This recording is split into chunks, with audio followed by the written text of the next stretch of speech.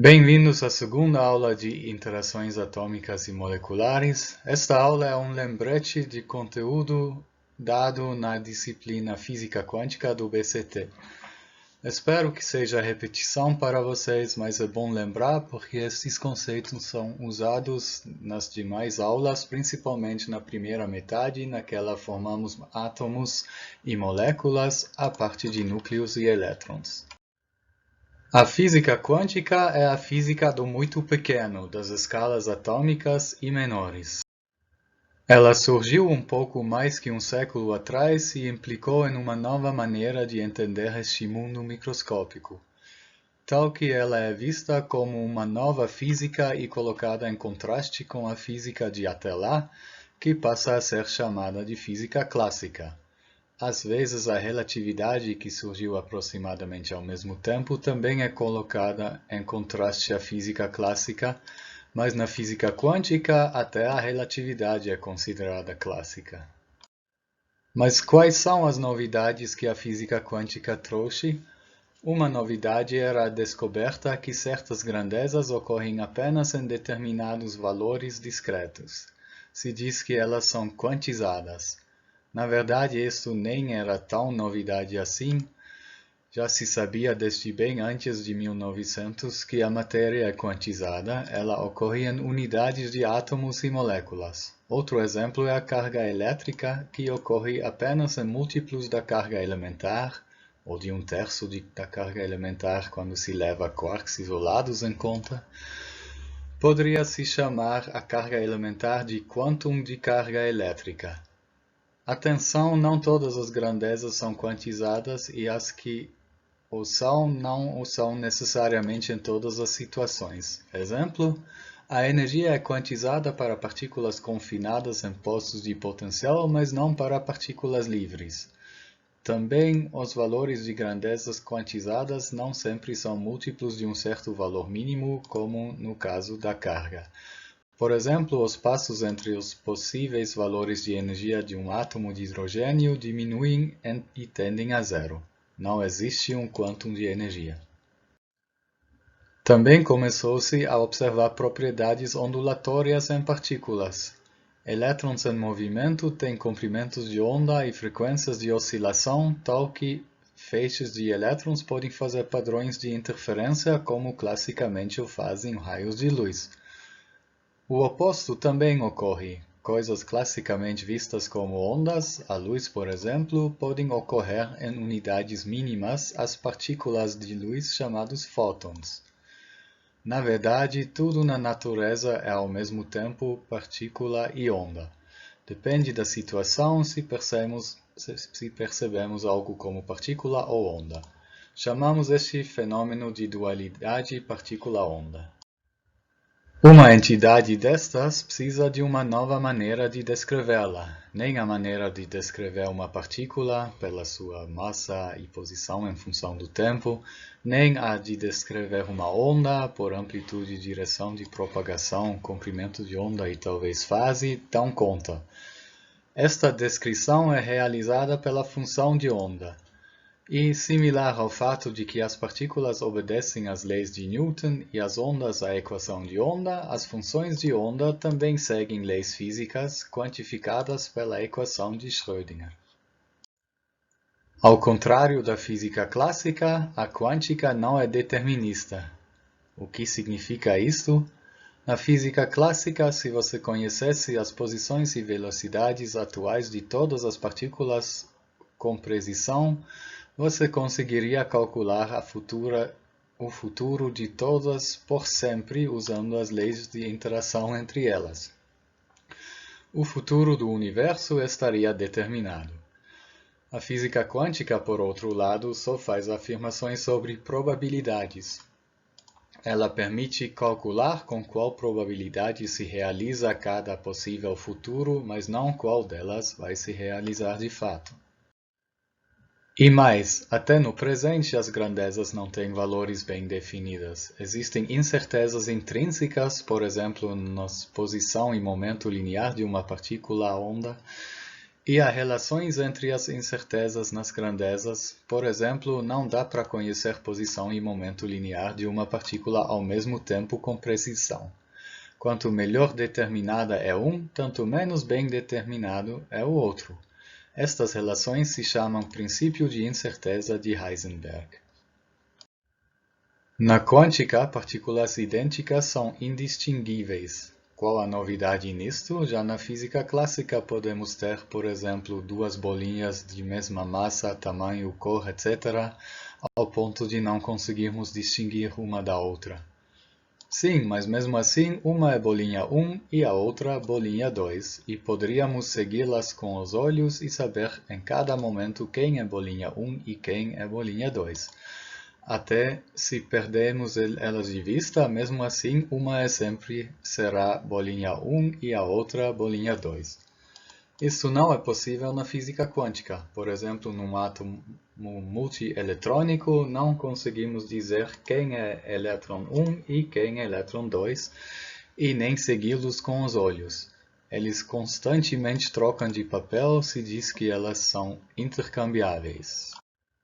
A função de onda de um sistema contendo partículas idênticas tem que levar esta intercambiabilidade em conta, o que tem consequências para as possíveis combinações de propriedades delas.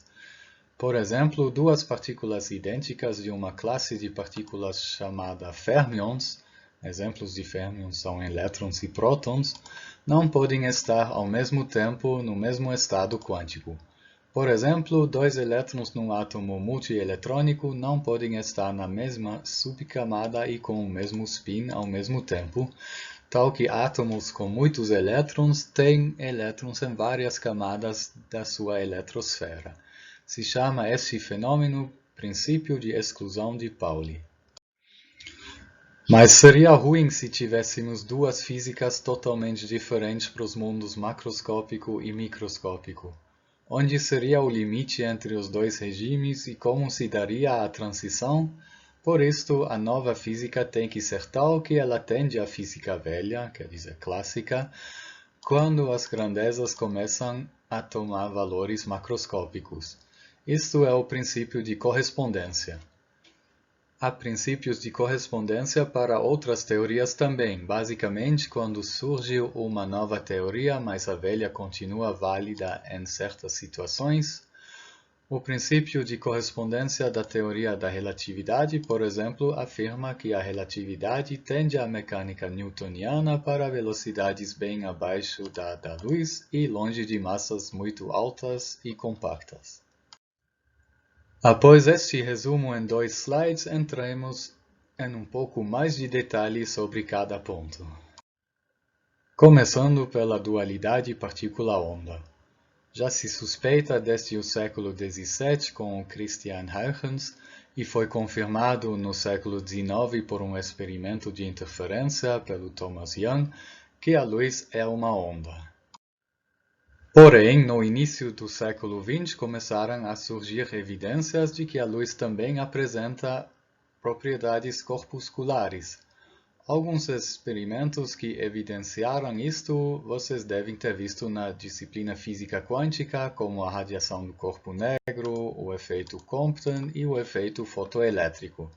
Este último repetiremos em breve. Estes corpúsculos de luz hoje chamam de fótons. Energia e momento linear dos fótons são relacionadas à sua frequência, respectivamente o comprimento de onda da luz composta por eles. A energia é proporcional a esta frequência, respectivamente usando C igual lambda ni, inversamente proporcional ao comprimento de onda. A constante de proporcionalidade H é chamada constante de Planck e é muito importante na física quântica. Ela tem unidades de ação, metros em quadrado vezes quilograma por segundo, e um valor muito pequeno, tal que em muitas situações não percebemos a quantização da luz. Para fótons, o momento linear é proporcional à energia, com o fator de proporcionalidade 1 sobre a velocidade da luz c. E por isso também a frequência, e inversamente proporcional ao comprimento de onda. As duas manifestações da luz, onda e partícula, são complementares. Em uma dada situação se percebe apenas uma ou a outra. Isto vale não apenas para a luz visível, mas para toda a radiação eletromagnética do rádio aos raios gama. Como prometido, daremos uma olhada no efeito fotoelétrico e como este ajuda a evidenciar o caráter corpuscular dos fótons e a determinar a relação frequência-energia vista no slide anterior.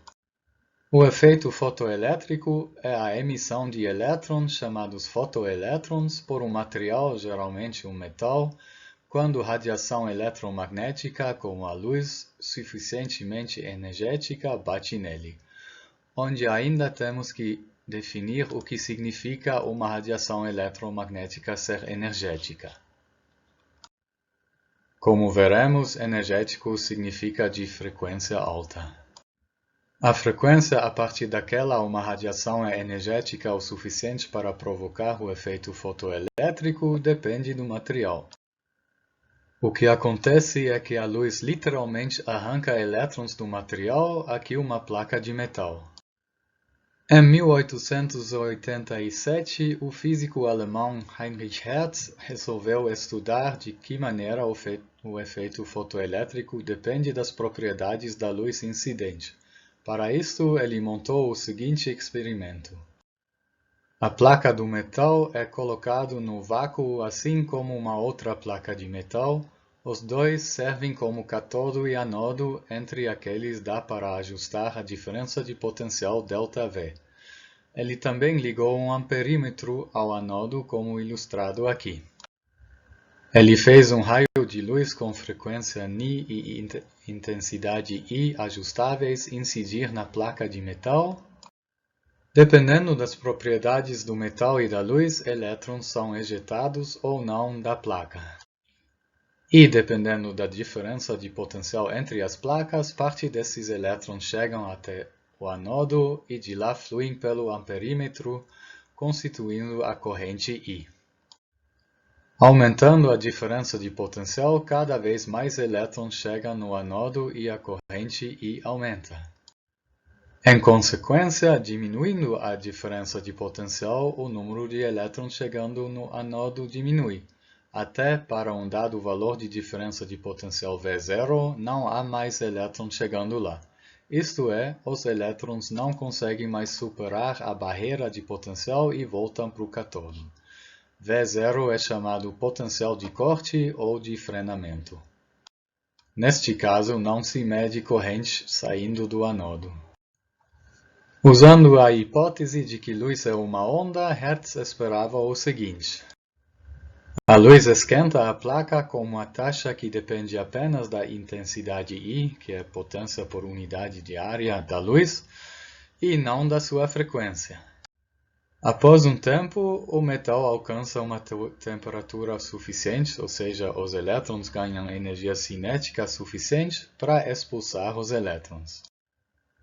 A partir daquele momento, deve haver fotoelétrons que chegam no anodo e a corrente deve começar a fluir. Após mais um tempo, deve-se alcançar uma situação de equilíbrio naquela a energia levada pelos elétrons expulsos é igual à energia da luz incidente. A partir daquele momento, deve-se medir uma corrente constante no amperímetro. O potencial de corte depende da energia cinética dos elétrons ao serem expulsos do cátodo. Para eles conseguirem chegar até o anodo, a energia cinética deles, meia mv², onde m é a massa do elétron me, deve ser pelo menos o suficiente para superar a diferença de energia potencial elétrica entre as placas. ΔV vezes a carga do elétron, em módulo.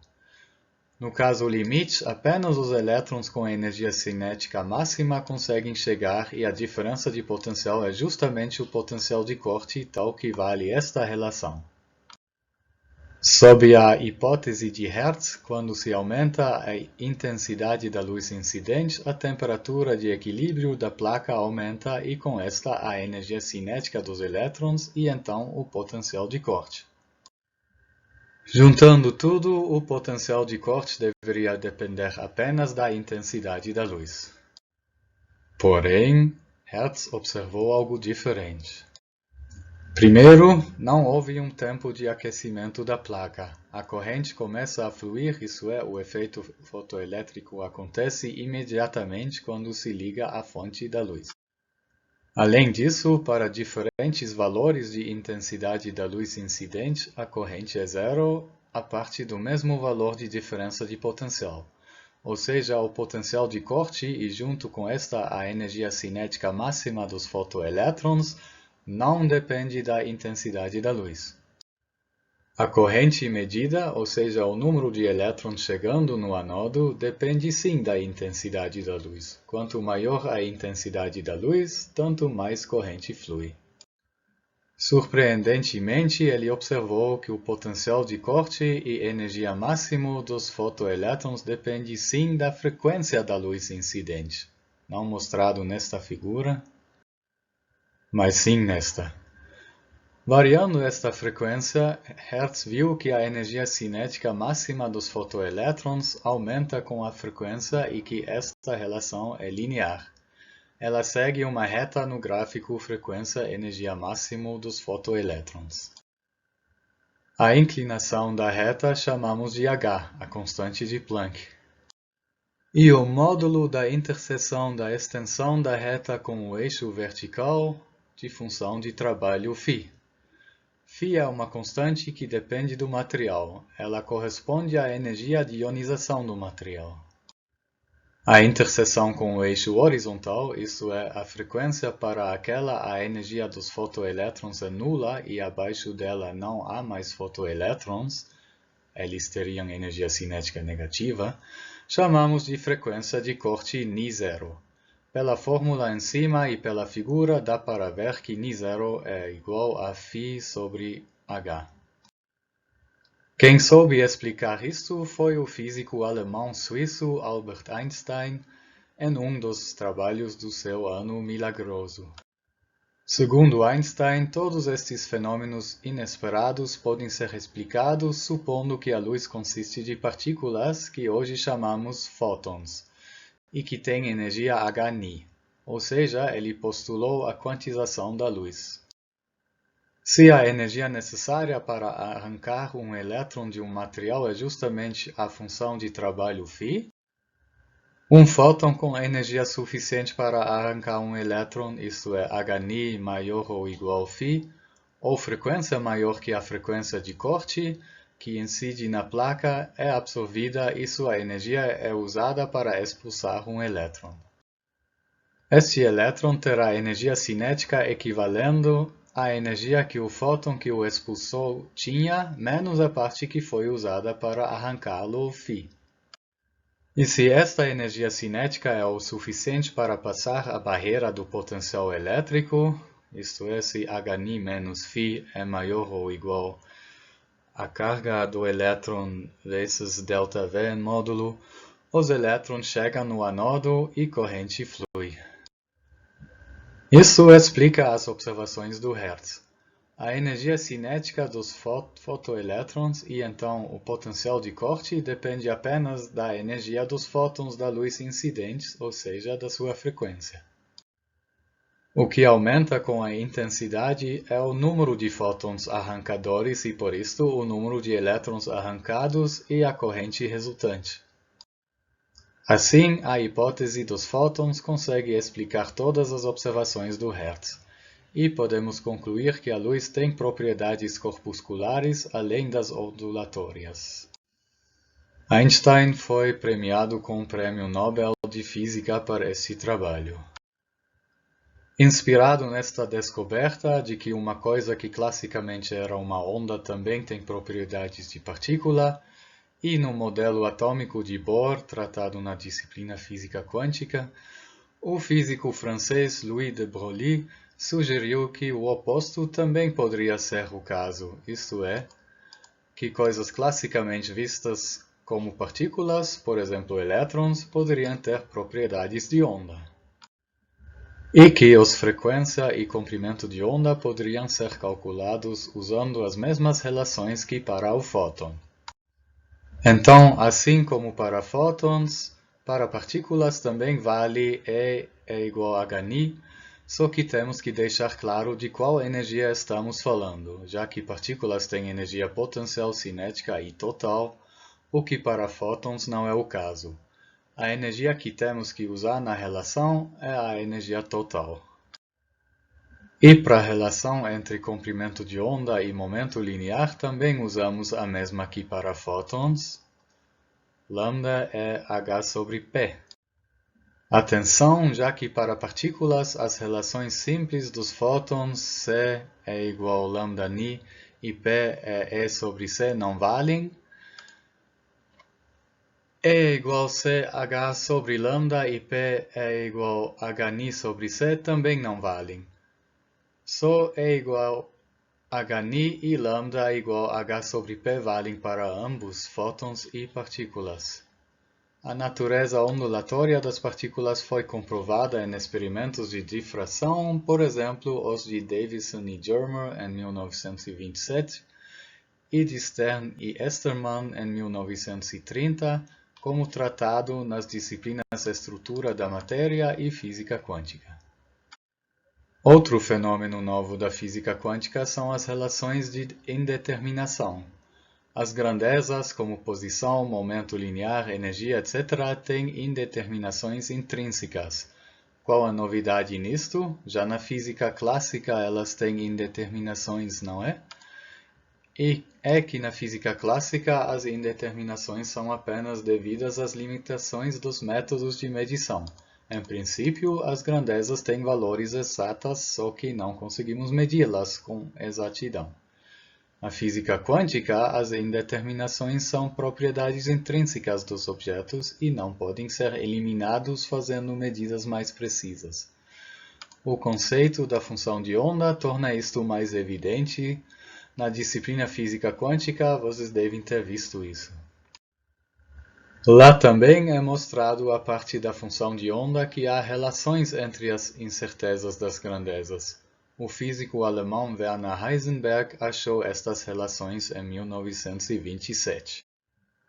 Uma é entre posição e momento linear, por exemplo, de uma partícula.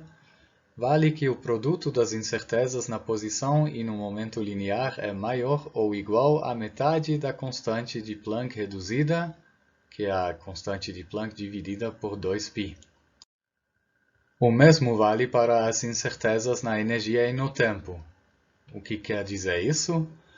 O tempo poderia ser um momento naquele uma partícula passa por uma determinada posição e a energia cinética dela, mas uma aplicação mais comum da relação de incerteza energia-tempo é na transição espontânea de um sistema, por exemplo um átomo, de um estado excitado para um estado de menor energia. Neste caso, a energia é a diferença de energia entre os dois estados e o tempo de vida do estado excitado. Há outras relações similares entre as incertezas em outros pares de grandezas, mas nesta disciplina nos limitamos a estas duas. Formulando as duas em palavras, quanto melhor determinada é a posição de uma partícula, tanto menos bem definida é o seu momento linear. E quanto melhor determinada é a energia, por exemplo, a energia de excitação de um estado quântico, tanto menos bem definida é o seu tempo, neste caso, o tempo de vida do estado. Precisamos de uma maneira de descrever os partícula-ondas similar à posição em função do tempo que descreve partículas clássicas e número de onda vetorial e amplitude que descrevem ondas clássicas. Isto é realizada pela chamada função de onda psi, uma função complexa, isto é, com uma parte real e uma imaginária, que depende da posição x. E do tempo t, mas em muitos casos não nos interessamos pela dependência do tempo t, tal que para a maioria das aplicações nesta disciplina a função de onda independente do tempo é a relevante. Esta é designada pela letra grega psi minúsculo e a dependente do tempo por um psi maiúsculo. Esta função de onda, dependente do tempo ou não, é uma função cujo quadrado do módulo, que, pelas propriedades de números complexos, equivale ao produto da função e sua complexa conjugada, denotada por uma estrelinha, que é frequentemente chamada de P de x ou de x e t, multiplicado pelo tamanho de uma região infinitesimalmente pequena do tamanho dx em torno da posição x, é a probabilidade de achar a partícula dentro desta regiãozinha no momento t, no caso dependente do tempo. Bom, neste slide não vou dizer no tempo t toda hora, em geral em cada frase que direi vale 1 no tempo t para a função dependente do tempo. Sendo p de x dx a probabilidade de achar a partícula no intervalinho dx em torno da posição x, a probabilidade de achar a partícula no intervalo de a a b será p de x dx integrada de a a b. Ou, substituindo a função p pelas outras maneiras de escrevê-la em termos da função de onda. Se o intervalo for o espaço inteiro, obviamente esta probabilidade deve ser 100% ou 1, já que a partícula tem que estar em algum lugar. O que dá nestas integrais impróprias. E é chamada condição de normalização. Tá, mas por que esta definição chata de função de onda? Função complexa cujo quadrado do módulo é a grandeza interessante. Por que não definimos simplesmente p de x como a função de onda? Primeiro, porque às vezes a função p esconde a natureza ondulatória da partícula, com os picos da parte real coincidindo com os pontos zero da parte imaginária, tal que o quadrado do módulo não te dá os picos e ponto zero, mas a natureza ondulatória é real e pode ser observada em experimentos de interferência e difração. Dependendo da aplicação, precisamos mesmo desta função complexa. Tomando o quadrado do módulo, perde-se parte da informação. Além disso, daqui a pouco vamos conhecer operações que se pode fazer com as funções de onda realizadas por operações matemáticas chamadas de operadores, e estas funcionam direito só usando a própria função de onda e não há operadores equivalentes que agem diretamente nesta posição probabilidade P. Inclusive, a equação que vamos usar para achar soluções de problemas práticas usa de uma dessas operadores, é a equação de Schrödinger, e não existe nenhum tipo de equação de Schrödinger que determina diretamente o P. Tem apenas a equação de Schrödinger que determina o psi. Bom, mas antes disso, concluímos primeiro a parte sobre a fenomenologia da física quântica. Outro fenômeno novo da física quântica é o tal de princípio de exclusão. Ele é consequência da natureza da função de onda de múltiplas partículas e é deduzido na disciplina física quântica, dedução que não vamos repetir aqui. Duas ou mais partículas idênticas de uma classe de partículas chamada fermions, exemplos disso são elétrons, prótons, nêutrons, são as partículas com spin semi-inteiro, não podem encontrar-se ao mesmo tempo no mesmo estado quântico dado pela função de onda. É devido a este princípio que em átomos com mais que 2 elétrons, os elétrons ocupam várias camadas da eletrosfera. Para outra classe de partículas chamada bósons, exemplos disso são fótons, partículas alfa, são partículas com spin inteiro, o princípio de exclusão não vale. Pelo contrário, bósons idênticos têm uma certa preferência por encontrar-se no mesmo estado, Por exemplo, os fótons num raio de laser. Todos têm os mesmos comprimentos de onda, direção de propagação e fase, tal que eles fazem interferência construtiva, o que torna um raio de laser muito potente e possibilita focá-lo bem. Na física quântica se faz uso de operadores que são funções que agem sobre funções de onda, tal que o resultado é uma nova função de x e, no caso dependente do tempo de t também, o que vamos ignorar aqui. Esta nova função é o produto da função de onda e alguma grandeza física em função da posição.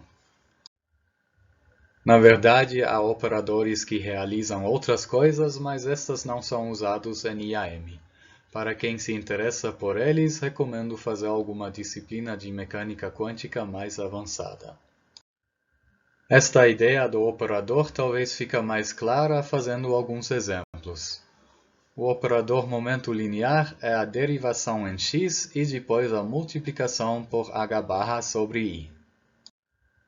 O que significa isto? Seja uma partícula representada por uma função de onda ψ de x, se derivamos ψ em x e multiplicamos esta derivada por h sobre i, obtemos uma nova função de x que é justamente o produto de ψ de x e a função momento linear da partícula em função de x. Não é óbvio que derivar em x e multiplicar por uma constante resulta nisto, mas a coisa funciona. Temo que vocês vão ter que me acreditar ou consultar um livro sobre mecânica quântica. É fora do escopo desta disciplina derivar isto. Um outro exemplo é o operador energia cinética, que é a segunda derivada em x seguida pela multiplicação por menos h em quadrado, dividido por 2 vezes a massa da partícula. Analogicamente ao exemplo anterior, isto significa que, se você deriva a função de onda de uma partícula 2 vezes em x e multiplica por h em quadrado por 2 sobre 2m, você obtém ψ de x vezes a energia cinética da partícula em função de x. Aqui também não é nada óbvio que isto funciona e vocês terão que me acreditar ou consultar um livro. Anotem que esse operador é justamente o operador momento linear aplicado 2 vezes, ou seja, o quadrado do operador momento linear, dividido por 2m, igual como na física clássica, a energia cinética de uma partícula é o quadrado do seu momento linear dividido por 2 vezes a sua massa. Para obter o operador energia total, também chamado de operador hamiltoniano e frequentemente designado por H-op ou H-circunflexo, temos que somar os operadores energia cinética e energia potencial. Se a energia potencial é dada como função da posição v de x, o operador energia potencial é simplesmente a multiplicação por esta função. Óbvio, né? Ψ de x multiplicado por v de x dá ψ de x multiplicado por v de x. Esta função v de x é muito importante na física quântica e é normalmente chamada apenas de o potencial. Ela nos diz para a posição x qual seria a energia potencial da partícula se ela se encontrasse lá. Também existe o operador hamiltoniano dependente do tempo, que obviamente pode ser usado apenas em combinação com a função de onda dependente do tempo. Ele é a derivação no tempo seguida pela multiplicação por IH-. O último exemplo que mostramos é o operador componente z do momento angular. Este só faz sentido no mundo tridimensional, naquele ψ é uma função não apenas de x, mas da posição no espaço tridimensional. Para entender e aplicar esse operador, temos que escrever a função de onda em função de coordenadas esféricas r, θ e φ, onde φ é o ângulo que a projeção do vetor posição no plano xy faz com o eixo x. De certa forma, o ângulo por aquele se tem que girar um ponto do plano xz em torno do eixo z para ele chegar na posição r, θ, φ. Anotem a semelhança do operador componente z do momento angular com o operador componente x do momento linear. Já que na física quântica não conhecemos a posição exata de uma partícula, apenas uma distribuição de probabilidade de estadia, provavelmente também não conhecemos as suas propriedades como momento linear, energia cinética, etc., com exatidão, especialmente quando estas propriedades dependem da posição da partícula. Mas existe o valor esperado desta grandeza, um conceito do cálculo de probabilidade.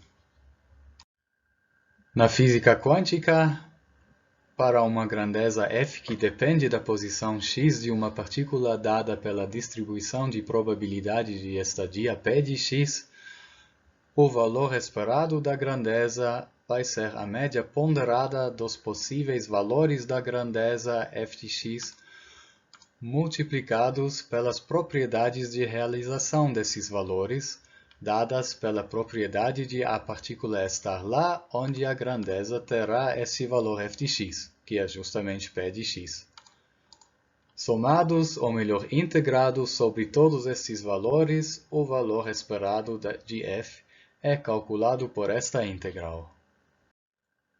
Substituindo p por psi estrelinha psi e mudando a ordem dos termos, esse passo é desnecessário neste caso, mas às vezes é feito para a expressão final ter mais semelhança com uma expressão que veremos já já. Um exemplo. A função posição da partícula em função da posição da partícula é simplesmente a identidade f de x é igual a x, óbvio, não é? Assim, o valor esperado da posição, x escrito entre esses símbolos aqui, é dado por esta integral. Para grandezas dadas por operadores, podemos substituir f de x psi(x) por f operador aplicado em psi(x) e a integral se torna assim. Por exemplo, podemos calcular o valor esperado do momento linear de uma partícula com função de onda psi de x assim.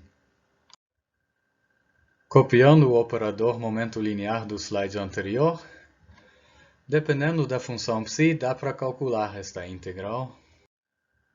Atenção, o valor esperado não necessariamente coincide com o valor mais provável. Às vezes ele nem está entre os valores possíveis. Daqui a pouco vamos ver um exemplo onde temos uma função de onda com dois picos.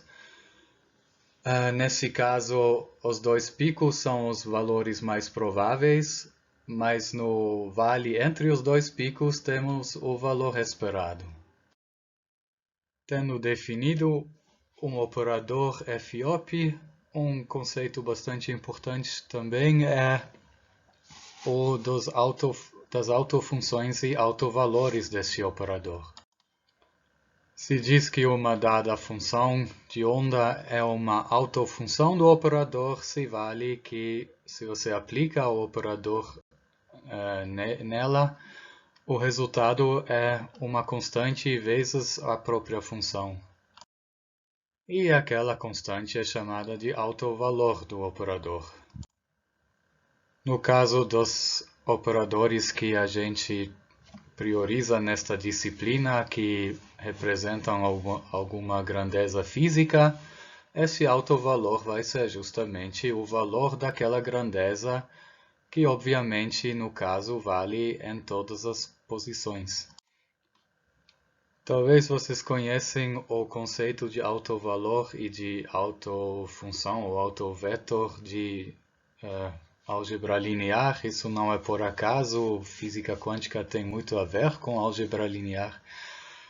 Infelizmente, da maneira como esta disciplina é dada, isso não aparece muito.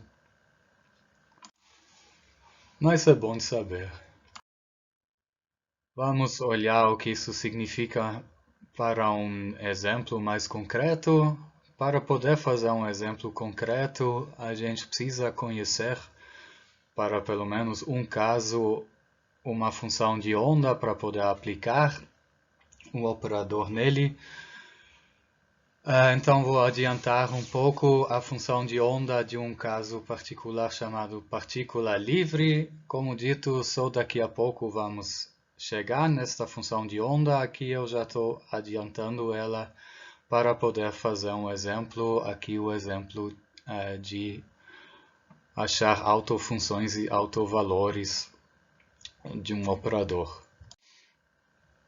E no caso vamos mostrar que esta função de onda da partícula livre dada por esta fórmula aqui, alguma constante vezes e elevado a i vezes kx menos ômega t, é a autofunção do operador momento linear.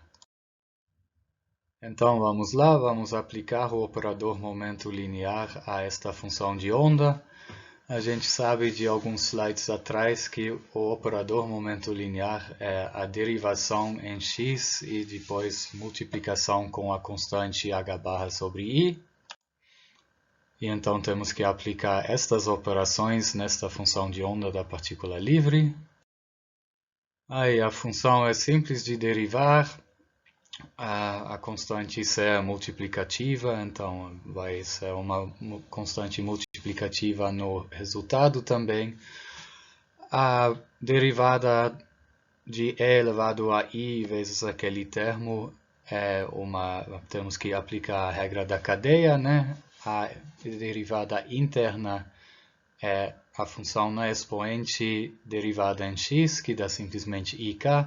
E a derivada externa é a própria função, já que a derivada do exponencial é ele mesmo.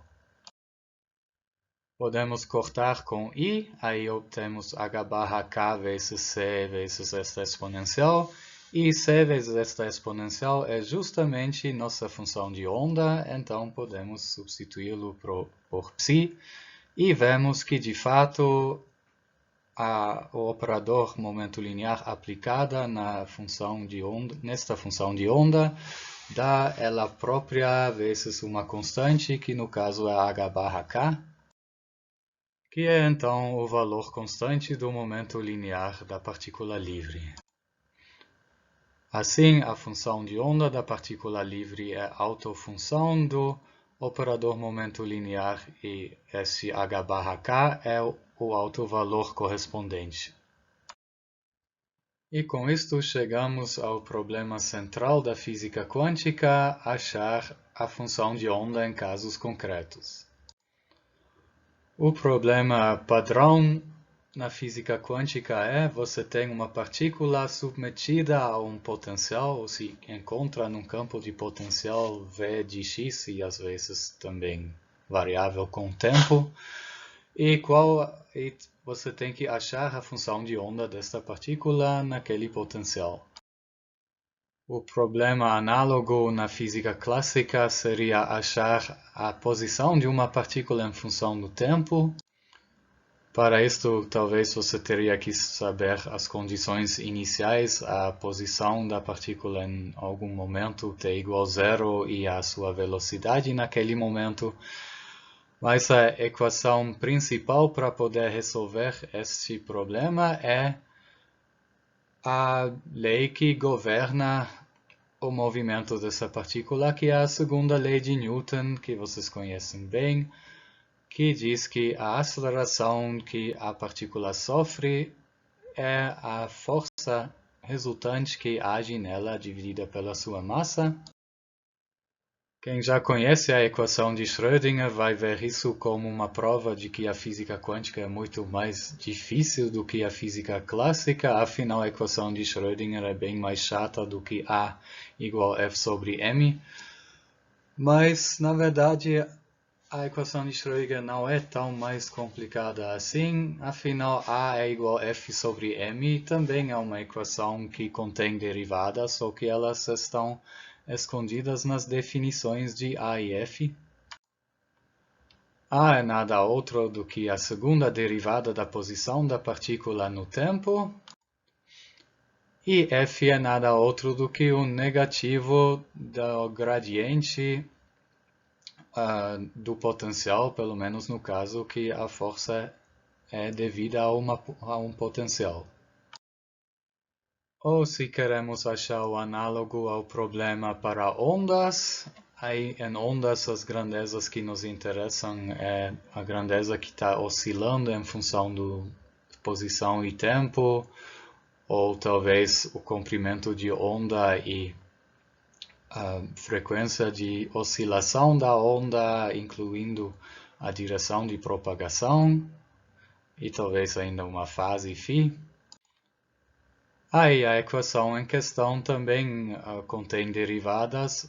A equação de onda que a gente viu na primeira aula, a segunda derivada da nossa grandeza na posição é proporcional à segunda derivada da nossa grandeza no tempo, onde a constante de proporcionalidade é justamente 1 sobre a velocidade de propagação da onda em quadrado. E então, na física quântica, a nossa grandeza de interesse é aquela função de onda, a função que depende, no caso mais geral, da posição e do tempo, psi de x e t. E a equação para achá-la, o equivalente à segunda lei de Newton, respectivamente a equação de onda, é aquela equação de Schrödinger, no caso também dependente do tempo, que vemos aqui, que parece assustador, mas se olharmos um pouco para ela, ela não é tão difícil de entender. Faremos isso já já, mas já quero adiantar que esta versão da equação de Schrödinger não vamos usar muito, vamos na prática muitas vezes nos livrar daquele dependente do tempo e resolver uma versão mais simples, a equação de Schrödinger independente do tempo, mas vamos primeiro tentar entender esta. Olhando bem para o lado esquerdo, a gente reconhece que isso é nada outro do que o operador hamiltoniano aplicado na função de onda.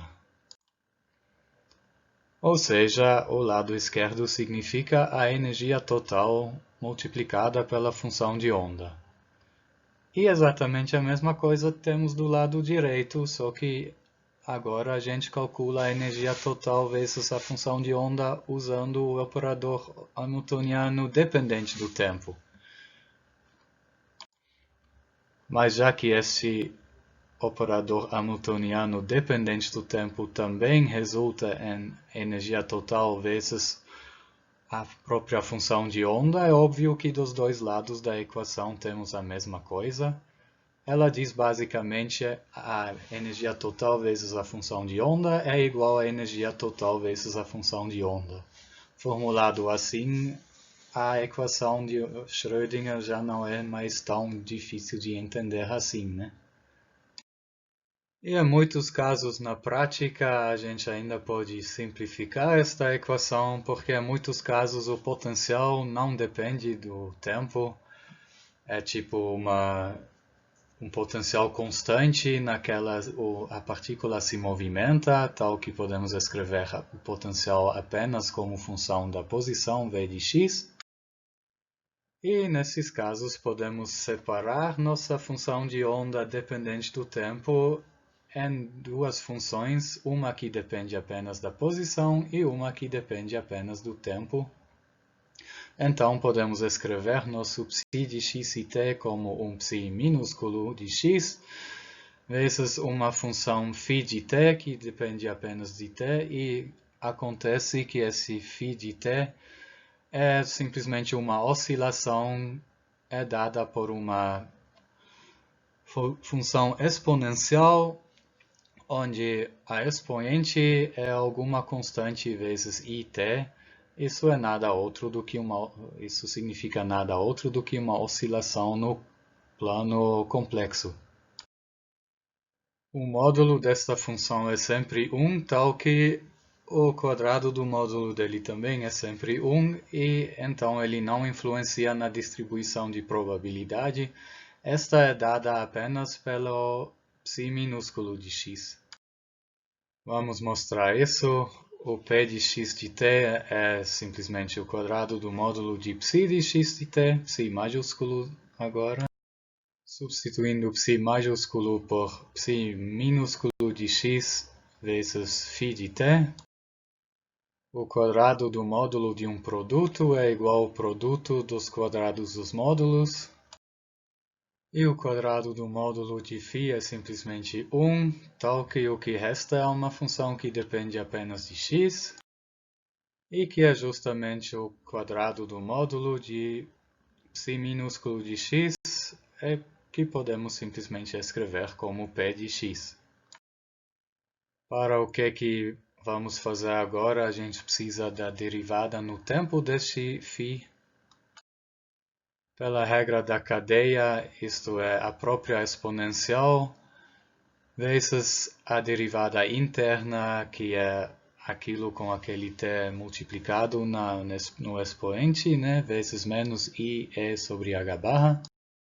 E substituindo a exponencial pelo φ de t, temos que a derivada de φ em t é menos i e sobre h barra vezes φt. E vamos dar agora uma olhada no que acontece com a equação de Schrödinger se o potencial não depende do tempo, então pode ser escrito como v de x. E se substituímos o ψ de x e t pelo produto ψ minúsculo de x e φ de t, como é feito aqui.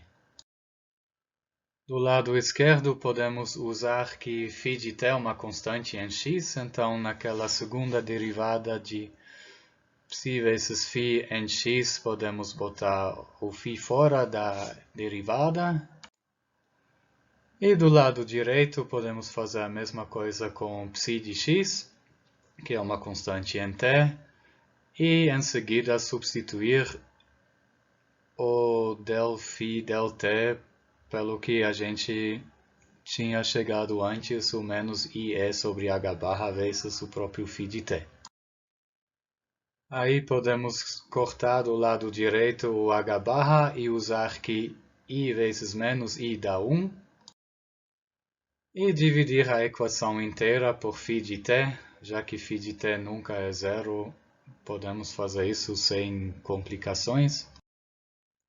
O resultado que obtemos é chamada de equação de Schrödinger independente do tempo.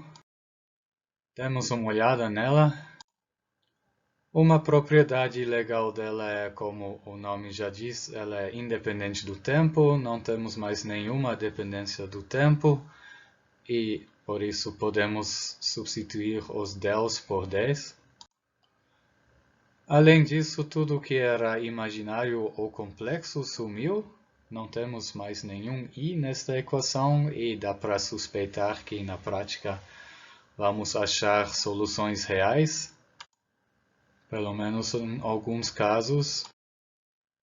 E olhando bem para a equação, vemos que do lado esquerdo temos nada outro do que o operador hamiltoniano aplicado em ψ minúsculo de x, e do lado direito temos uma constante e multiplicado por ψ de x.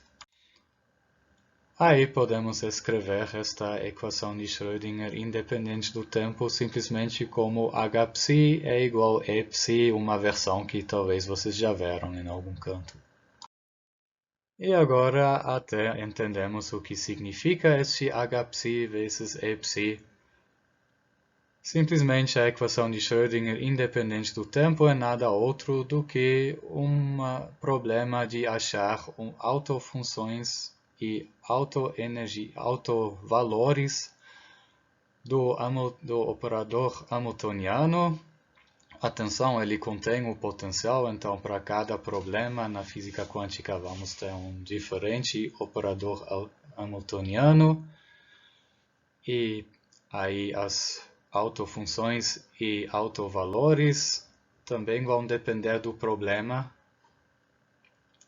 E sendo que o operador hamiltoniano é o operador que fornece a energia total, então nossos autovalores são justamente os valores de energia correspondente a essas autofunções. E essas autofunções são nossas funções de onda, as soluções do problema. E como não é raro quando você tem uma equação para achar duas ou mais grandezas, no caso as funções de onda e as energias correspondentes, temos mais que uma solução, o que significa que num problema concreto na física quântica existem várias funções de onda possíveis, frequentemente parametrizáveis, como nesse exemplo pelo parâmetro I. E cada solução, cada função de onda tem sua própria energia associada. Em muitos casos práticos acontece que achamos mais que uma solução para a mesma energia, então se duas soluções são chamadas de solução I e solução J, as energias correspondentes EI e EJ são iguais. Aí, nestes casos, digamos que esse nível de energia é degenerado.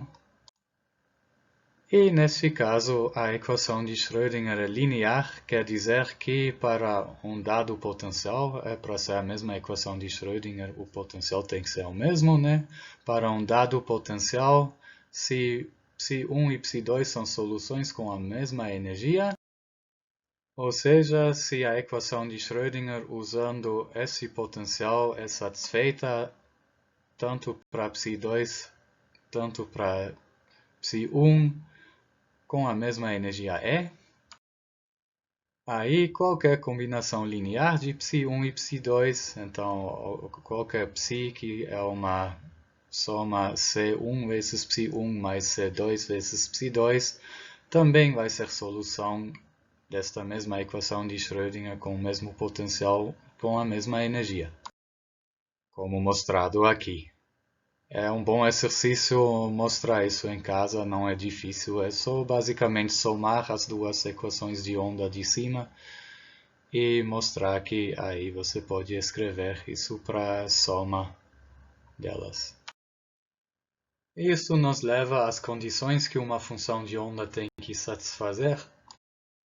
Além de satisfazer a equação de Schrödinger, ela e sua derivada na posição tem que ser contínuas.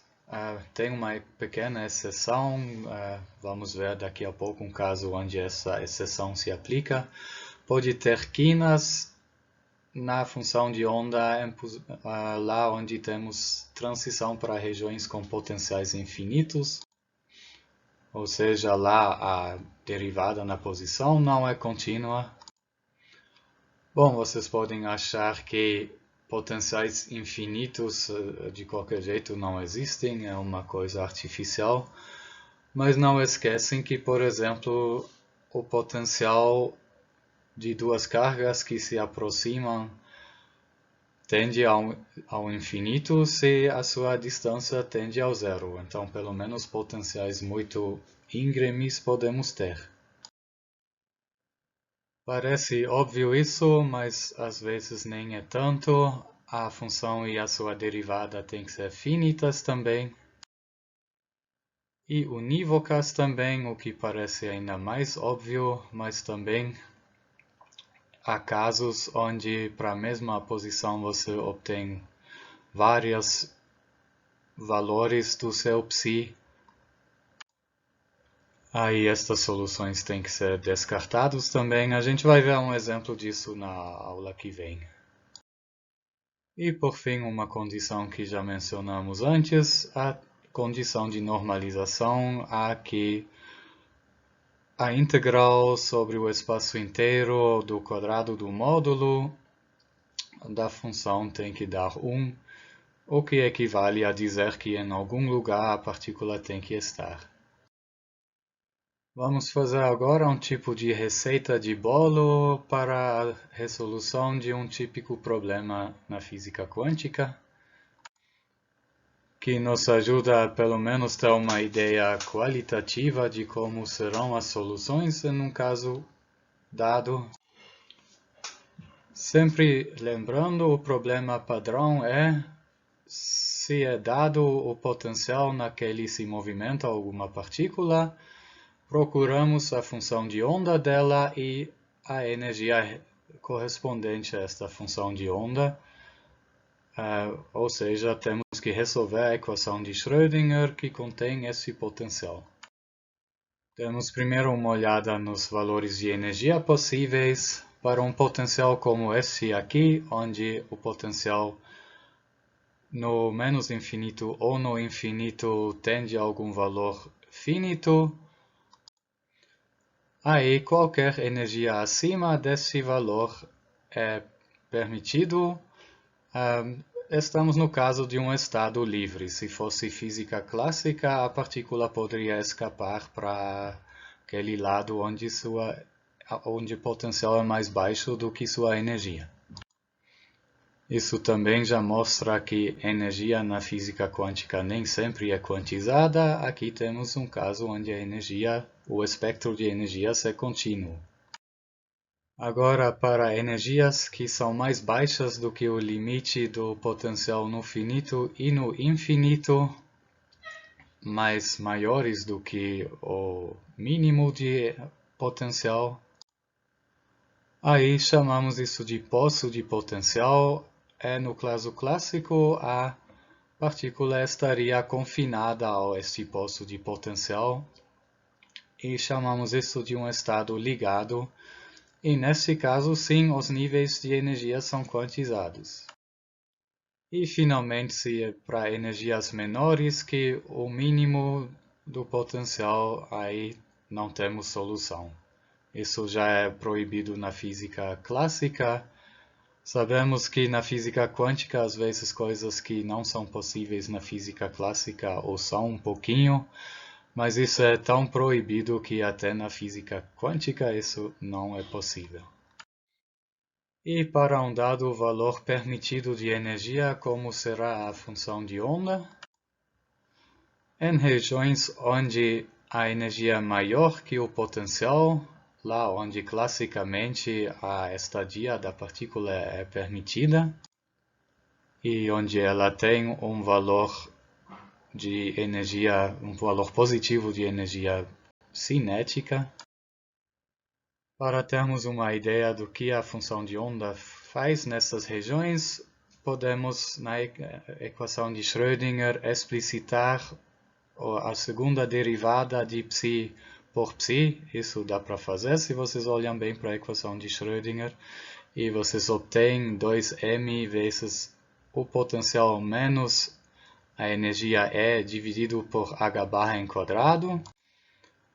E se isso é negativo, então se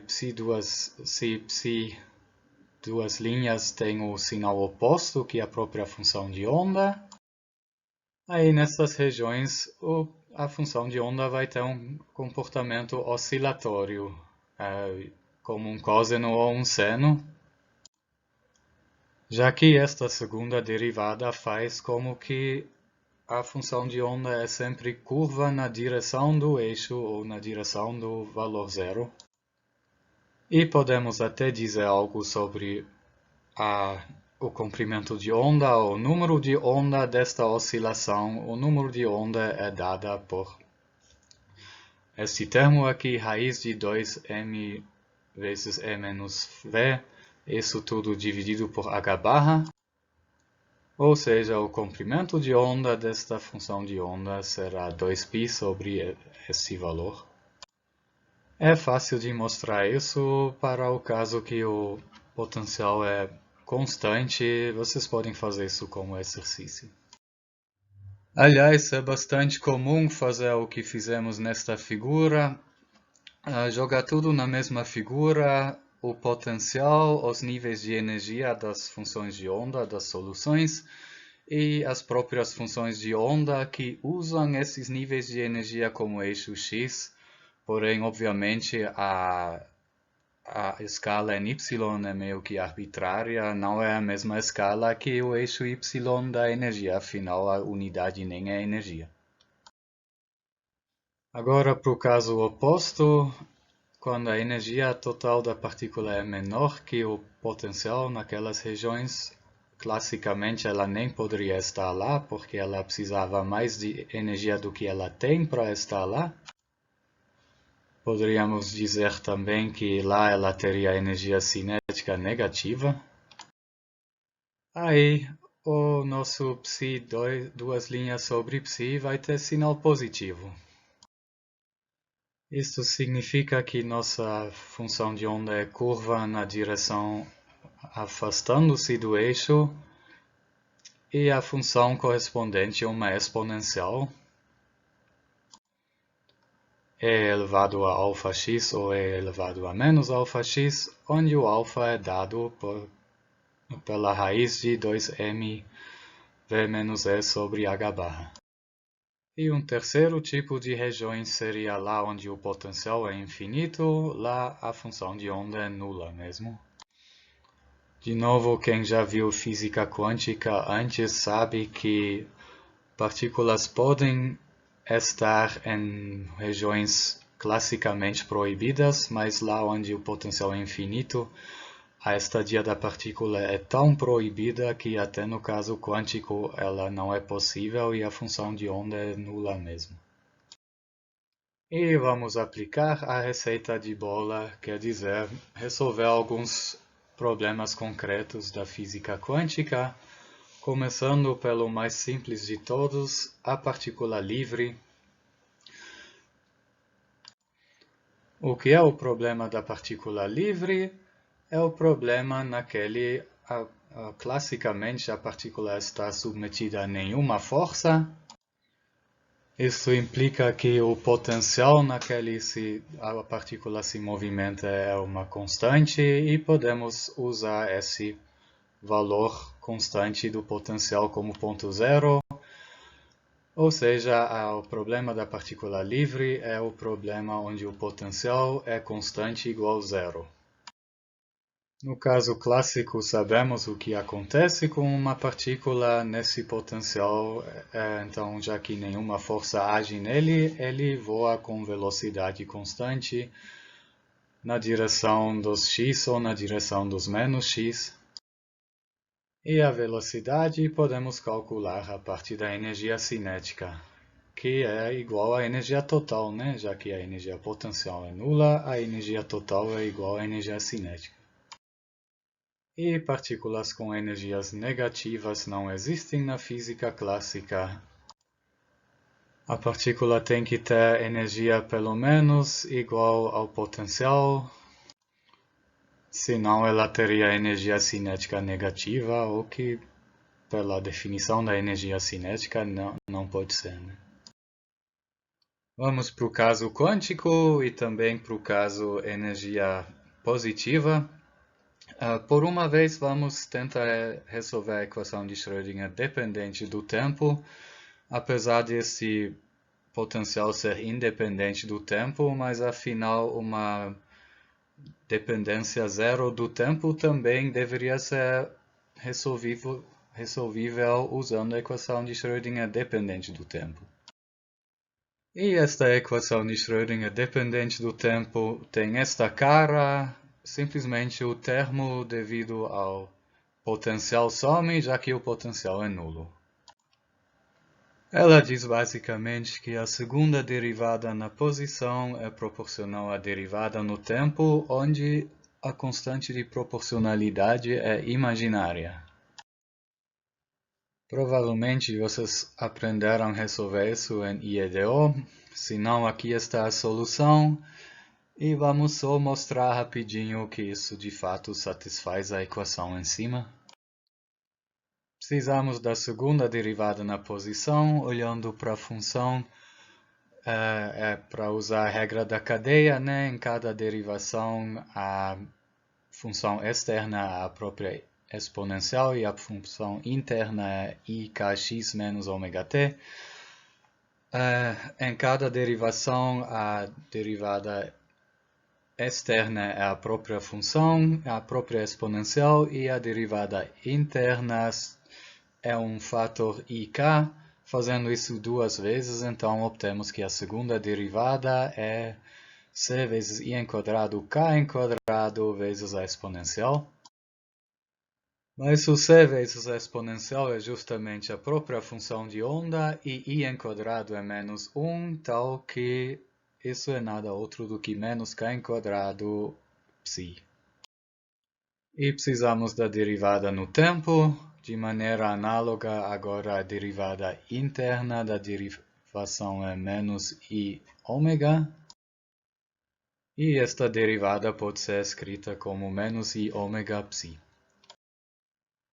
Substituindo estas derivadas na equação de Schrödinger em cima, obtemos isso que obviamente é satisfeito com uma escolha adequada de ômega e k.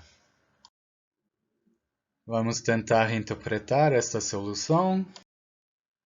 Podemos reescrevê-la usando o fato de que a exponencial de uma soma é o produto dos exponenciais de cada um dos termos da soma, ou seja, e elevado a mais b é e elevado a vezes e elevado a b, reescrevendo esta função assim, que é então uma função, o produto de uma função que depende apenas do tempo e uma que depende apenas da posição, como sabemos que deveria ser, já que temos um potencial que não depende do tempo.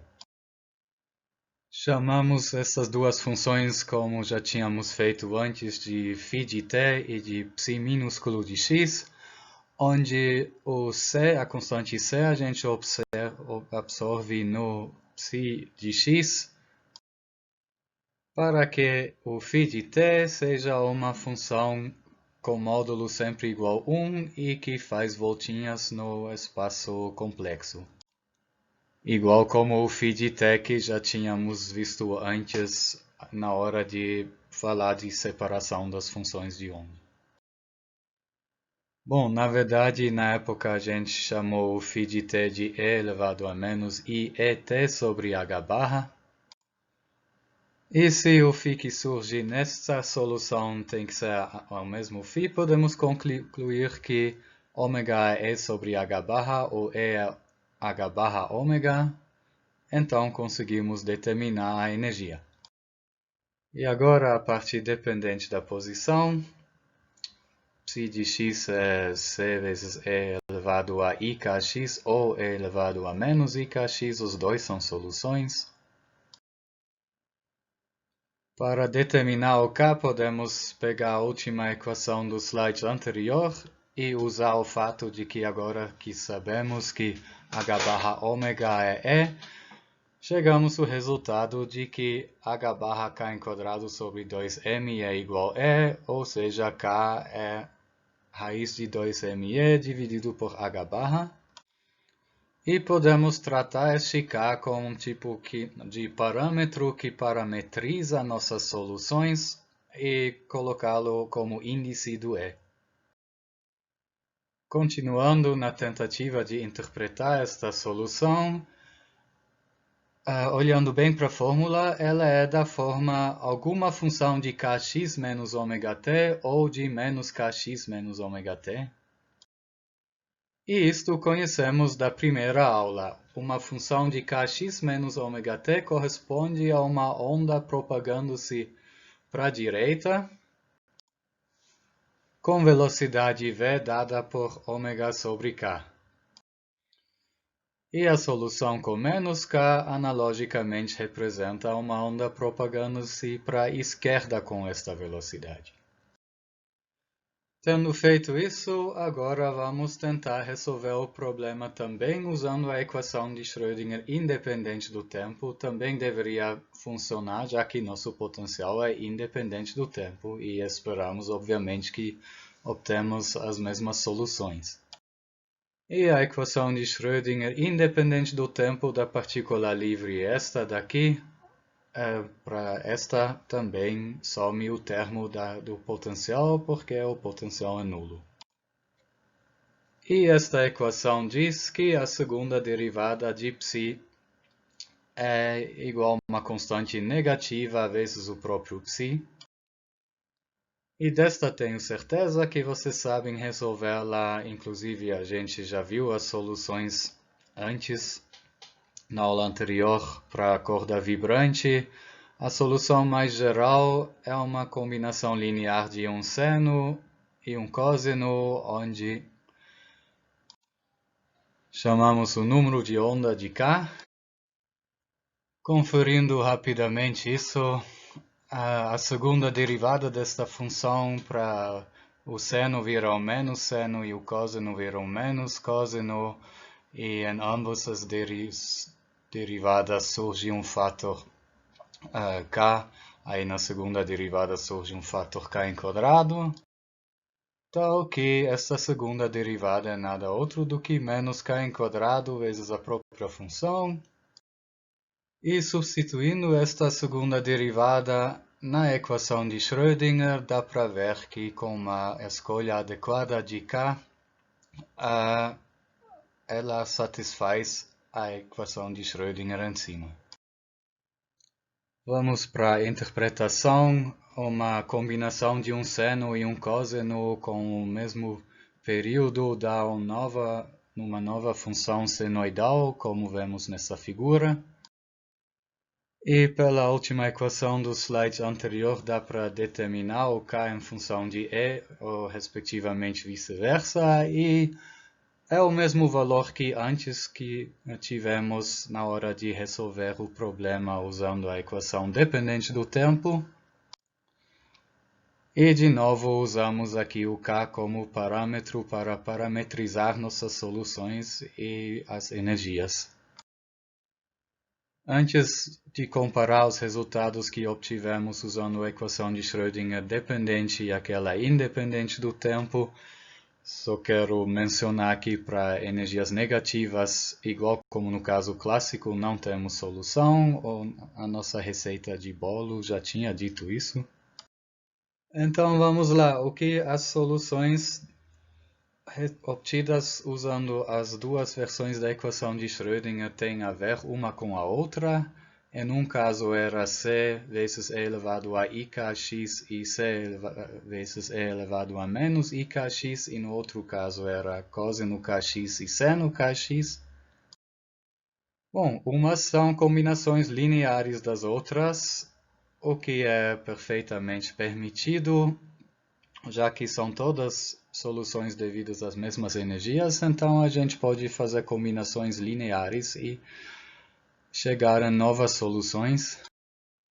Só quantificando aquele cosseno e o seno que obtivemos usando a equação de Schrödinger independente do tempo, podem ser escritos desta maneira como combinações lineares das soluções que obtivemos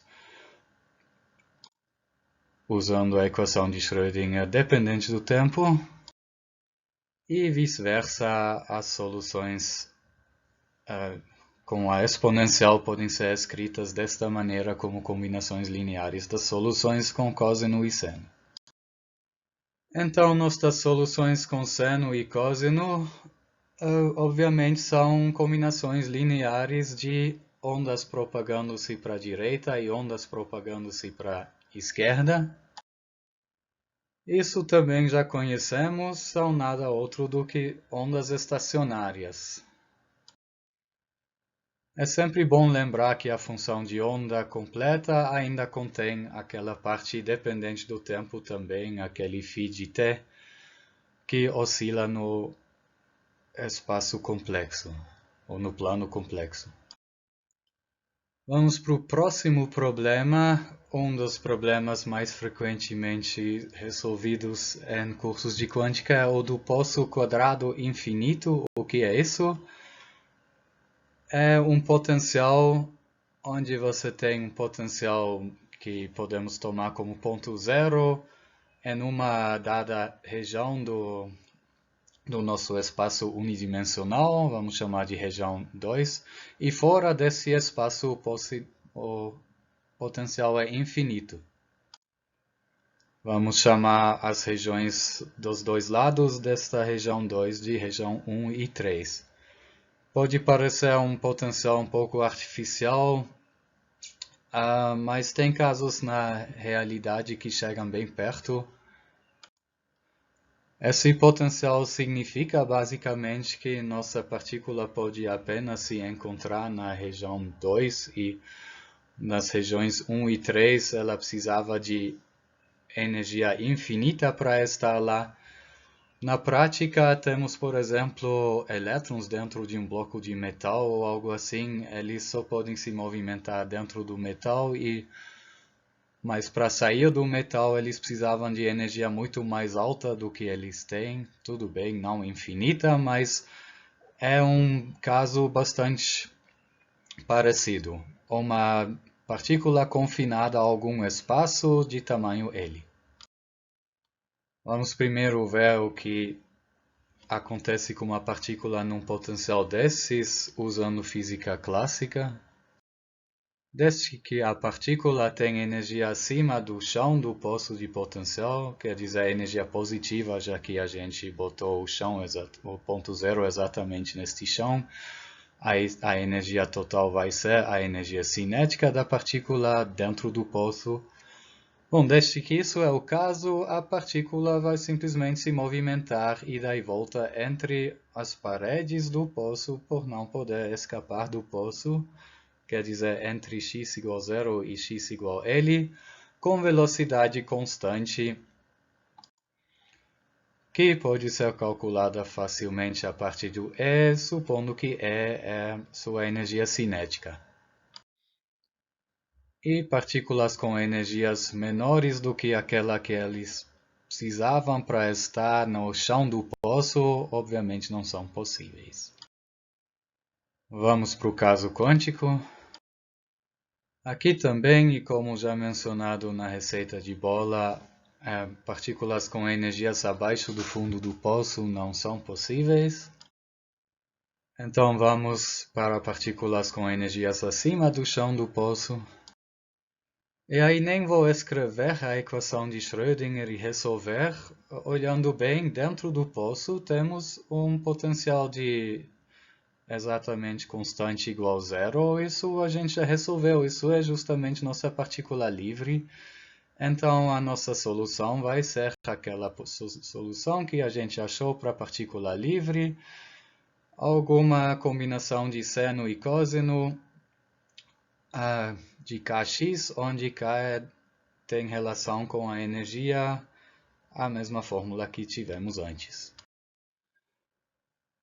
E na região fora do poço, segundo a receita de bolo, temos que o potencial é infinito. Isso implica na função de onda ser nula, seguindo a filosofia de que na física quântica coisas proibidas podem acontecer, mas se elas são proibidas demais, tipo a partícula teria que ter energia infinita para estar lá, até na física quântica fica impossível e nossa função de onda, nossa probabilidade de estadia da partícula lá é zero, então nossa função de onda também. Usamos agora uma das condições que impusemos às funções de onda. Aqui ela tem que ser contínua. Nos limites entre as regiões 1, 2 e 3, então as funções de onda vindo da esquerda e vindo da direita têm que dar o mesmo valor, ou seja, ψ1 em x igual a 0 tem que ser igual a ψ2 em x igual a 0 e ψ2 em x igual a L tem que ser igual a ψ3 em x igual a L.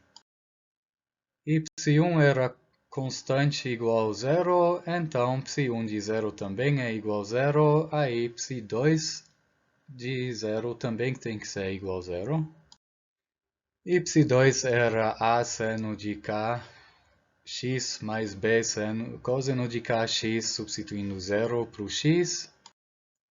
Obtemos que seno de k vezes 0 dá 0 e cosseno de k vezes 0 dá 1, né? Seno de 0 é 0 e cosseno de 0 é 1.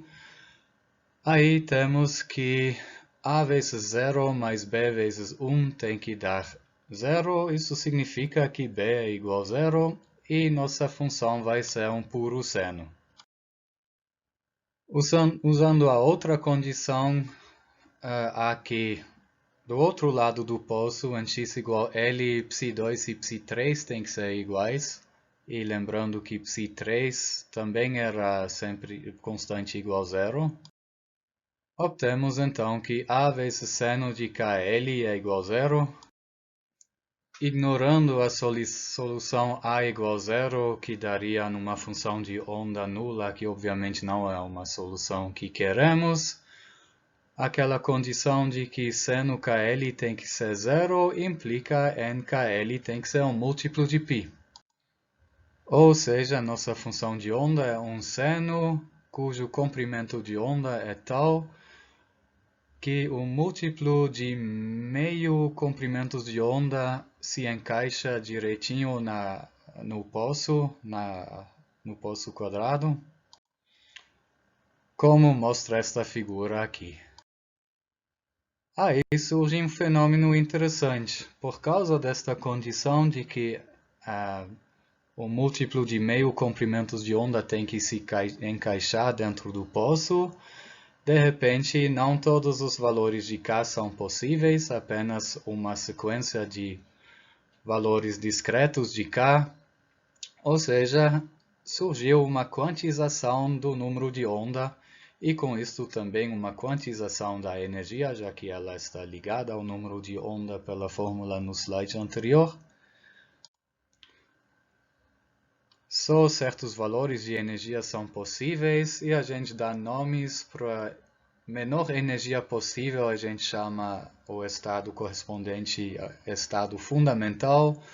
Segundo menor possível valor de energia corresponde ao primeiro estado excitado, etc. Aqui ainda se vê as funções probabilidade de estadia do elétron. É interessante de ver que, dependendo em qual estado o elétron está, tem lugares dentro do poço onde ele pode estar e outros onde ele não pode estar. Dado que nosso K agora é quantizado e que tem uma relação com o número inteiro n, podemos usar este n para parametrizar os valores possíveis de K, podemos chamá-los de Kn. Explicitando o K, então temos que Kn é nπ sobre ele.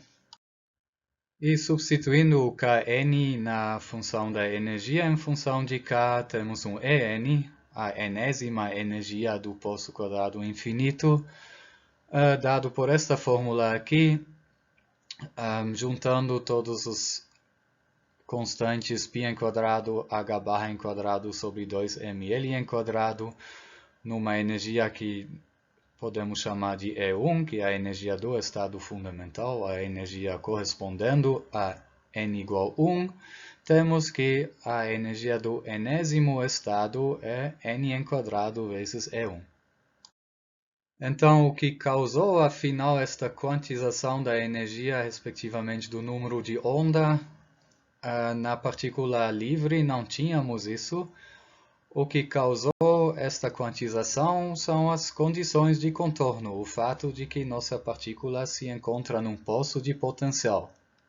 Aí, desta maneira, a função de onda dele só consegue se encaixar dentro do poço para certas energias e para outras não. De novo, é sempre bom lembrar que a solução completa, a função de onda completa, a dependente de t ainda também tem a parte oscilatória no tempo, aquele e elevado a menos iet sobre h barra. Então, que a frequência da oscilação está ligada à energia, que por si é ligada àquele n, em qual estado estamos. Por essas fórmulas aqui, é só explicitando o ômega, e depois substituindo o E, e depois substituindo o K. Aí obtemos que a frequência de oscilação depende de n da maneira como se vê nessa fórmula aqui, também proporcional a n em quadrado, e podemos chamar isso de ômega n, a frequência de oscilação do enésimo estado.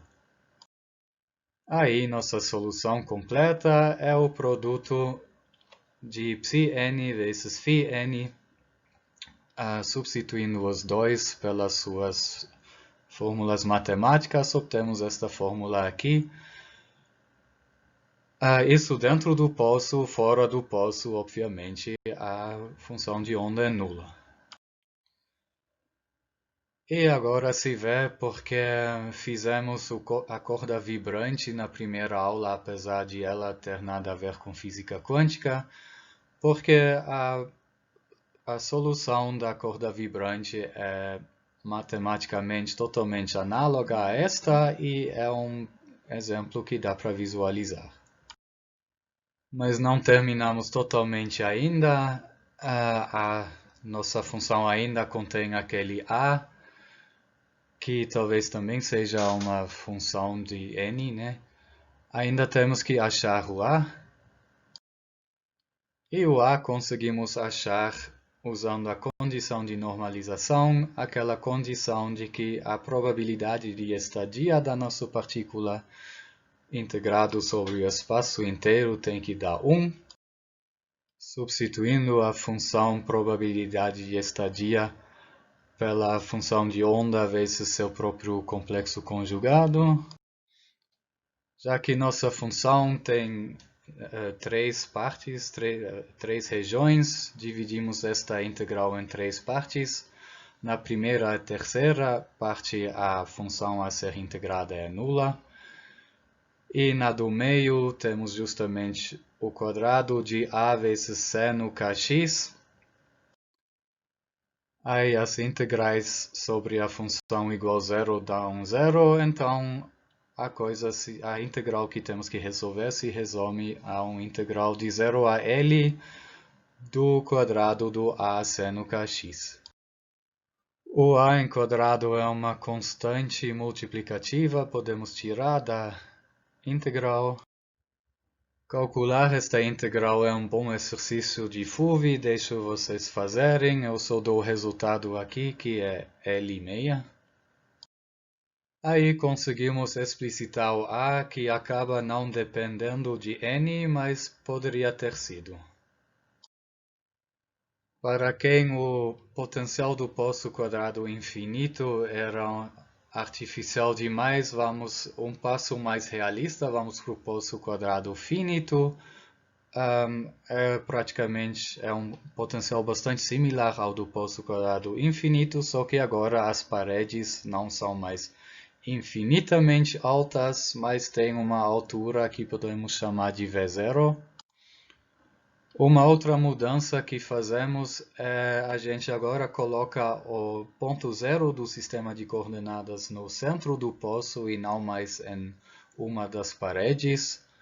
Isso para que nossa função de onda seja simétrica no final ou antissimétrica. Bom, para o caso clássico não muda nada. Independente se as paredes do poço são infinitamente altos ou apenas finitamente altos, desde que eles são altos demais para a partícula passar, ela vai se movimentar ida e volta entre as paredes com a velocidade dada por esta mesma fórmula que antes. Só muda algo se a energia da partícula é acima daquele potencial V0, aí ele não está confinado ao poço. Ele vem, por exemplo, da esquerda ou da direita, com uma velocidade V que é dada pela sua energia cinética naquela posição, que é sua energia total menos a sua energia potencial que ela teria lá, então é menos V0. Atravessa o poço, agora o poço não vai refleti-lo. Atravessa o poço, enquanto passa pelo poço tem uma velocidade dada pela sua energia cinética que dentro do poço é dada pela sua energia total. E do outro lado continua na mesma direção, mas de volta com velocidade dada pela sua energia cinética sendo E menos V0. E qual agora a solução quântica? Tratamos apenas o caso E menor que V0, quer dizer, o caso naquela a partícula classicamente está confinada ao poço. De novo, temos que dentro do poço o problema é o mesmo que o da partícula livre, aí nossa função de onda é um seno mais um cosseno de kx, porém, olhando para a simetria agora, vai ser sempre ou um puro seno ou um puro cosseno. Afinal, nosso poço é simétrico em torno do eixo, em torno do ponto zero. Aí nossa distribuição probabilidade de estadia também vai ser. E a função de onda, para o quadrado dele dar uma função simétrica, ela tem que ser simétrica ou antissimétrica, quer dizer um puro seno ou um puro cosseno. Tirando isso, é a mesma fórmula que a gente já tinha para o poço infinito e para a partícula livre. Mas fora do poço, a função de onda não é mais nula como era no poço infinito. Ela é de forma exponencial, tal que se ela é do lado direito do poço, ela cai para x tendendo ao infinito, e do lado esquerdo ela cai para x tendendo ao menos infinito, ou seja, para x aumento ela aumenta. Se não, ela tende ao infinito para x tendendo ao infinito ou menos infinito, o que faria que a integral sobre ela diverge, ela não seria normalizável. Então temos funções de onda exponencialmente caindo fora do poço, se afastando-se do poço. Aqui na figura vocês veem essas funções de onda dentro do poço são senoidais ou cosenoidais e fora do poço caem exponencialmente. Ou seja, a função de onda penetra um pouco nas regiões onde classicamente a partícula não poderia estar. Ainda assim, as soluções são quantizadas, porque se você usa outros valores do que aqueles aqui na figura, algum valor intermediário, você não conseguiria juntar ao seu seno ou cosseno funções exponenciais tal que eles tendem a zero no infinito e sejam contínuas também lá onde há a transição entre a parte senoidal e a parte exponencial. Olhando para os comprimentos de onda dessas partes senoidais, dessas partes dentro do poço, se vê que esses comprimentos de onda vão ser um pouco maiores do que no caso do poço infinito do mesmo tamanho, já que agora o seno continuaria um pouquinho fora do poço até chegar ao valor zero. E comprimento de onda um pouco maior significa energia um pouco menor. Então, nossos valores de energia vão ser um pouquinho menores do que os valores de energia do poço quadrado infinito do mesmo tamanho. Como dito, o caso da energia da partícula ser maior que as paredes do poço a gente não vai tratar aqui, mas também é bastante interessante, só que é fora do escopo dessa disciplina no momento. Vamos para o próximo problema, é o potencial chamado de potencial do oscilador harmônico.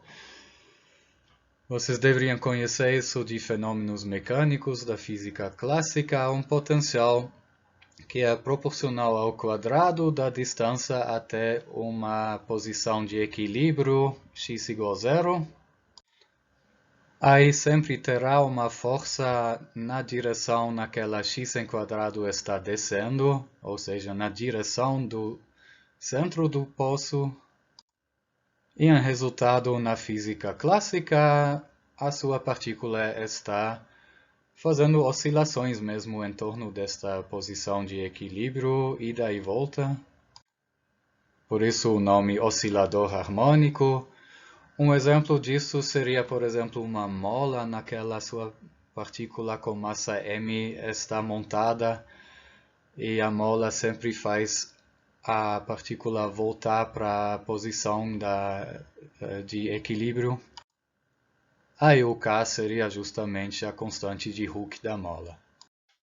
E a relação entre esta constante K e massa da partícula e frequência de oscilação é dada por essa fórmula aqui, então normalmente escrevemos esse potencial como meia m ômega em quadrado, x em quadrado, Em ambos os casos, temos que o potencial é proporcional ao quadrado da posição x em relação à posição de equilíbrio x igual a zero. A figura potencial em função da posição dá uma parábola, como vemos aqui embaixo. Esse potencial é bastante importante também no contexto da nossa disciplina, onde falamos de interações entre átomos e interações entre moléculas. Muitos potenciais que surgem nesta disciplina podem, se não são exatamente dessa forma, podem pelo menos serem aproximados bastante bem por esse potencial do oscilador harmônico. Aqui um exemplo do potencial interatômico numa molécula. A solução clássica a gente conhece. Como mencionado, a partícula oscila entre duas posições de retorno com frequência angular ômega, entre duas posições que podemos chamar de menos A e mais A. O A é dado simplesmente pelo fato de que naqueles pontos de retorno a energia cinética da partícula é nula, ou seja, a energia potencial é igual à energia total da partícula naquelas posições. Para x igual a, aí podemos dizer que E é a fórmula do potencial aplicada em x igual a, como está escrito aqui. E já que a partícula oscila entre essas duas posições, nesses pontos de retorno ela vai estar velocidade baixa, enquanto passando pelo meio do poço vai ter velocidade mais alta.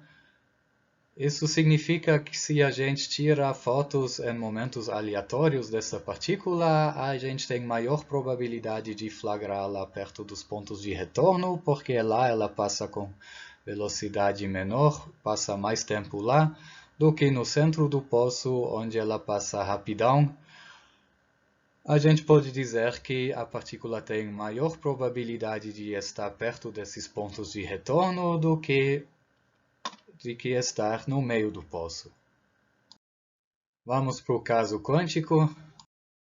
De novo, usamos a simetria do potencial para argumentar de que a distribuição probabilidade de estadia da partícula também deve ser simétrica e que a função de onda deve ser então simétrica ou antissimétrica em relação ao espelhamento pelo ponto x igual a zero. Bom, a matemática para resolver esta equação de Schrödinger, naquela você substitui esse potencial, é chata, a gente não vai fazer isso, nem na disciplina física quântica ela é feita. Aqui demos apenas as soluções. Acontece que as soluções são desta forma. Também, já que estamos num potencial tipo poço, não nos surpreende que nossas soluções são quantizadas, podemos parametrizá-las com algum parâmetro, um número inteiro n. E elas são desta forma, alguma constante vezes e elevado a menos m ômega sobre 2h barra vezes x em quadrado, vezes algum polinômio de n-ésima grau. Aí a parte exponencial é nada outro do que uma gaussiana, já que temos na expoente um menos x em quadrado vezes alguma constante. E esses polinômios de enésima ordem a gente chama de polinômio de Hermite de enésimo grau. Aqui embaixo vocês veem as primeiras três funções de onda da partícula no potencial do oscilador harmônico e do lado as energias correspondentes. Como dito, chegar neles não é tão simples e a gente não faz isso nessa disciplina, mas o que dá para fazer, o que frequentemente é feito como exercício ou até cai em provas, é mostrar que essas funções de onda satisfazem a equação de Schrödinger usando como potencial o potencial do oscilador harmônico, aquele do slide anterior. Então, recomendo fazer isso como exercício. Pegam essas fórmulas aqui, substituem elas no potencial do na equação de Schrödinger e substituem para o potencial do slide anterior. Aí vocês vão conseguir mostrar que a equação é satisfeita. E como é a cara destas funções de onda, nesta figura vocês veem os primeiros 5.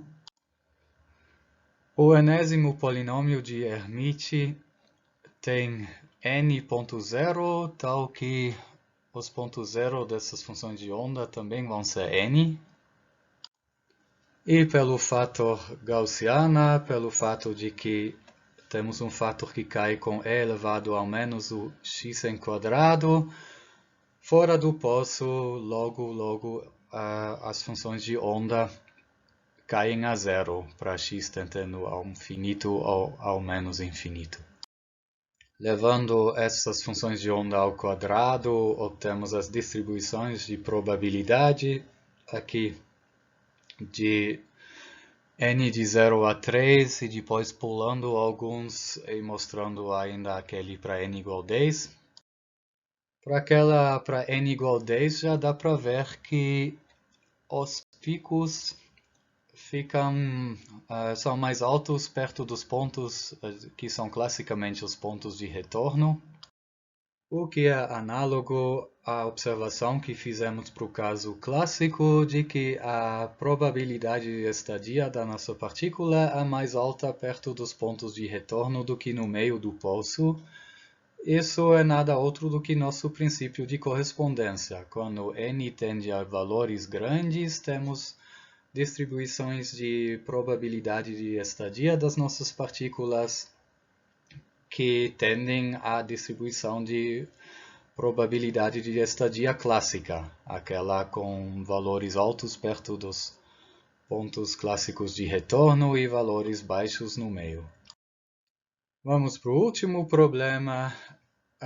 O potencial é chamado de barreira de potencial, que é praticamente o inverso do poço quadrado finito. Agora temos um potencial que tem um certo valor positivo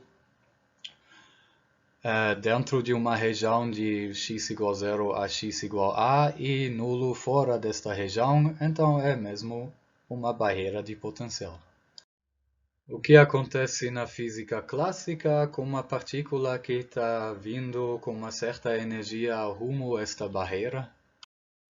Depende da sua energia. Se a energia é menor que a altura da barreira, aí a barreira vai ser uma barreira mesmo impassável. A partícula vai bater na parede da barreira do lado perto dela e é refletida de volta para de onde ela veio.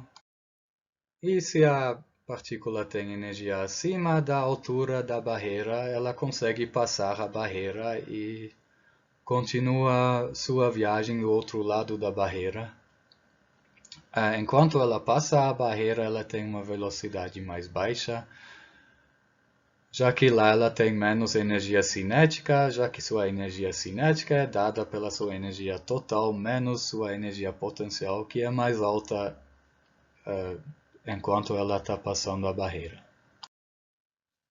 E no caso quântico, aquele caso naquela classicamente a partícula não consegue passar a barreira, supondo que a partícula vem da esquerda de x negativo, aí do lado esquerdo temos de novo nossa partícula livre, a nossa função de onda oscilatória que já conhecemos de sobra.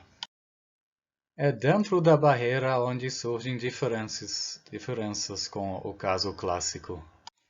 No caso clássico, a partícula simplesmente não pode estar dentro da barreira, então uma função de onda correspondendo a isso seria a função de onda zero. Agora, pelo receito de bolo, a gente aprendeu que em regiões classicamente proibidas, a função de onda pode ter um valor diferente de zero, desde que ela seja exponencial, normalmente caindo, como se vê aqui. E o valor desta exponencial pode não estar exatamente zero do outro lado da barreira, tal que lá conseguimos encaixar de novo alguma função senoidal com amplitude menor do que do lado esquerdo, obviamente, mas não nulo.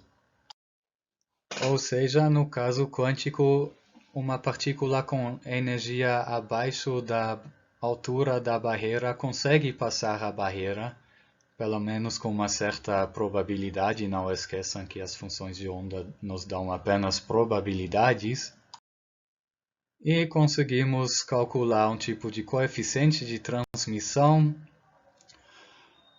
que é a amplitude da função de onda depois de ter passado a barreira enquadrado dividido pela amplitude da função de onda da onda incidente vindo da esquerda. E esta probabilidade de a partícula passar a barreira cai exponencialmente com o tamanho da barreira A e também com o tanto de a energia dela é mais baixa do que a altura da barreira, dada por este alfa aqui. Ou seja, quanto mais alta é a barreira em relação à energia da partícula e o quanto mais larga é a barreira, tanto mais menor a probabilidade da partícula passá-la. E como interpretar este coeficiente de transmissão T? Para uma partícula chegando, o T é justamente a probabilidade de a partícula passar a barreira. E para um feixe de partículas, cada um tendo esta energia E, o T nos diz qual fração deste feixe passa a barreira. Então, do lado direito da barreira, o que sobra do feixe é T vezes a intensidade do feixe que ele tinha batendo na barreira do lado esquerdo. E o resto do feixe é refletido, respectivamente, no caso de uma partícula única, com probabilidade 1 menos T, a partícula é refletida. Este efeito é chamado de efeito túnel ou tunelamento. O fato de, na física quântica, partículas poderem, com uma certa probabilidade, passarem barreiras classicamente impassáveis para elas.